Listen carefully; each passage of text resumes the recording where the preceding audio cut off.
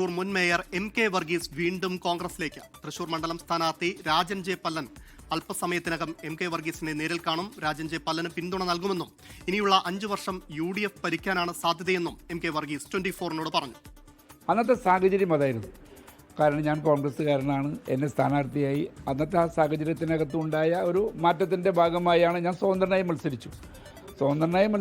അന്ന് ആ സ്വതന്ത്രനായി മത്സരത്തിന് ശേഷം ജയിച്ചതിന് ശേഷം എനിക്ക് നാടിനകത്ത് എൻ്റെ സ്വന്തം നാട്ടിൽ എന്തെങ്കിലും ചെയ്യണം എന്നുള്ളൊരു സാഹചര്യം ഞാൻ ആവശ്യപ്പെട്ടു. അതുകൊണ്ട് മാത്രമാണ് ഇടതുപക്ഷവുമായി സഹകരിച്ചു പോയത്.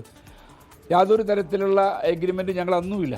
ഇടതുപക്ഷത്തിനകത്ത് ഭിന്നാഭിപ്രായത്തിന് എനിക്ക് അഭിപ്രായത്തിന് പറയേണ്ട ആവശ്യമില്ല. കാരണം ഞാൻ എന്താഗ്രഹിച്ചു അത് ഞാൻ നടത്തിയിട്ടുണ്ട്.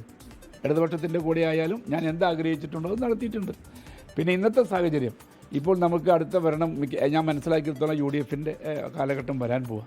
ഒപ്പം തന്നെ ശ്രീ രാജൻ പല്ലൻ ഞാൻ മേയറായിരുന്ന സമയത്ത് പ്രതിപക്ഷ നേതാവായിരുന്നു. ഇന്നത്തെ സ്ഥിതി അതല്ല. ഇനി 5 വർഷം UDF ഭരിക്കാനുള്ള സാധ്യതയുണ്ട്. നിരുപാധികമാണ്. എനിക്ക് യാതൊരു തരത്തിലുള്ള ആവശ്യങ്ങളും ഞാൻ പറയുന്നില്ല. ശ്രീജിത്ത് ശ്രീകുമാരനാണ് തൃശ്ശൂരിൽ നിന്ന് വിവരങ്ങൾ നൽകാനുള്ളത്. ശ്രീജിത്ത്, അദ്ദേഹം ഈ അടുത്ത നാളുകളിലൊന്നും ഇടതുമുന്നണിയുമായി അല്ലെങ്കിൽ അതിന്റെ നേതാക്കളുമായി അത്ര നല്ല ബന്ധത്തിലായിരുന്നില്ല. അതുകൊണ്ട് തന്നെ ഇങ്ങനെയൊരു തിരിച്ചുപോക്ക് അത് പ്രതീക്ഷിച്ചതായിരുന്നോ?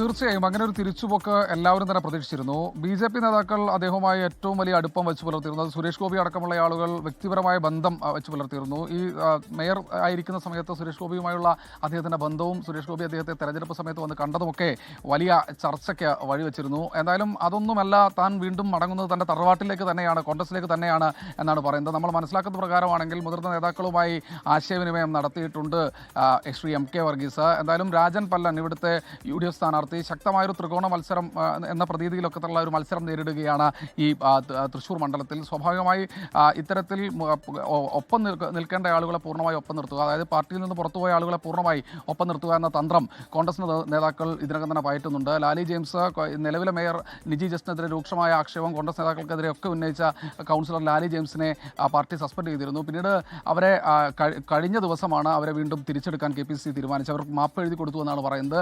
അങ്ങനെ നിലവിൽ കോൺഗ്രസിൻ്റെ അംഗമല്ല. കഴിഞ്ഞ 5 വർഷം മുൻപ് അദ്ദേഹത്തെ പാർട്ടിയിൽ നിന്ന് സസ്പെൻഡ് ചെയ്തിരുന്നു, അല്ലെങ്കിൽ അദ്ദേഹത്തെ മാറ്റി നിർത്തിയിരുന്നു. അദ്ദേഹം സ്വതന്ത്രനായാണ് ഈ MK വർഗീസ് മത്സരിച്ച് വിജയിച്ചത്. എന്തായാലും 5 വർഷം ഇടതുപക്ഷത്തോടൊപ്പം ഭരണം പങ്കിട്ട് മേയർ സ്ഥാനം കൃത്യമായി പൂർത്തിയാക്കിയ ശേഷമാണ് വീണ്ടും കോൺഗ്രസിലേക്ക് തന്നെ മടങ്ങുന്നത്. എന്തായാലും കോൺഗ്രസിനെ സംബന്ധിച്ചിടത്തോളം അവർക്ക് ഈ ഒരു സമയത്ത് മറ്റ് ഏതെങ്കിലും തരത്തിൽ ഇടഞ്ഞു നിൽക്കുന്ന ആളുകളെ പൂർണ്ണമായി ഒപ്പം നിർത്തേണ്ടതുണ്ട്. കാരണം ചില വോട്ട് ബാങ്കുകൾ മറികടക്കാൻ അല്ലെങ്കിൽ വോട്ട് ബാങ്കുകൾ ലക്ഷ്യം വെച്ചുകൊണ്ടുള്ള നീക്കമാണ് കോൺഗ്രസ് നടത്തുന്നത്. എന്തായാലും അല്പസമയത്തിനകം തന്നെ ഞാനിപ്പോൾ നിൽക്കുന്ന MK വർഗീസിൻ്റെ വീട്ടിലേക്ക് തൃശ്ശൂർ മണ്ഡലത്തിലെ UDF സ്ഥാനാർത്ഥി രാജൻ പല്ലൻ എത്തിച്ചേരുമെന്നാണ് പ്രതീക്ഷിക്കുന്നത്.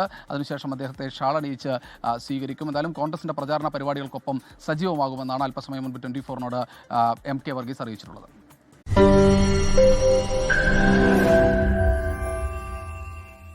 ലോകത്തെവിടെയായാലും ഏത് സമയത്തും 24 വാർത്തകളും ഓഗ്മെന്റഡ് റിയാലിറ്റി പാക്കേജുകളും എക്സ്പ്ലെയിനറുകളും വിശദമായി കാണാൻ ഞങ്ങളുടെ YouTube ചാനൽ നിങ്ങൾക്ക് സബ്സ്ക്രൈബ് ചെയ്യാം.